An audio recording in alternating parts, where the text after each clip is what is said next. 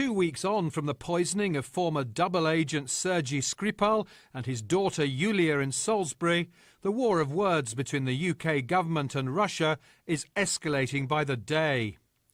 After dismissing this weekend's tit-for-tat moves by Moscow as futile, Boris Johnson accused Russia of stockpiling the nerve agent used in Salisbury for a decade. We actually have evidence within the last 10 years that Russia has not only been investigating the delivery of nerve agents for the purposes of assassination, but has also been creating and stockpiling Novichok.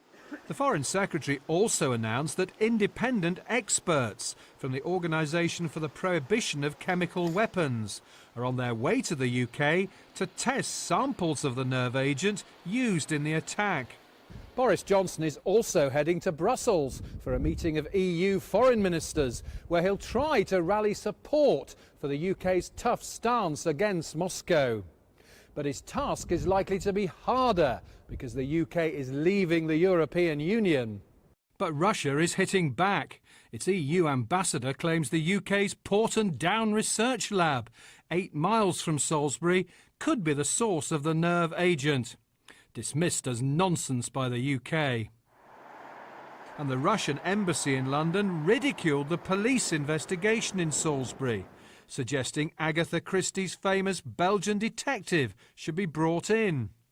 In absence of evidence, we definitely need Poirot in Salisbury, the embassy tweeted.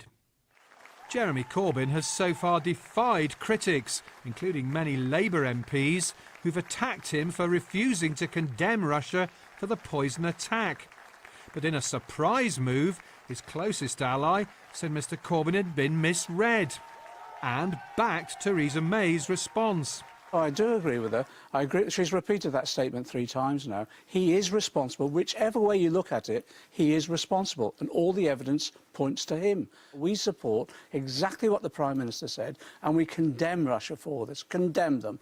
In her next move, the Prime Minister is plotting new financial sanctions against Russian oligarchs linked to Vladimir Putin in a crackdown on so-called dirty money.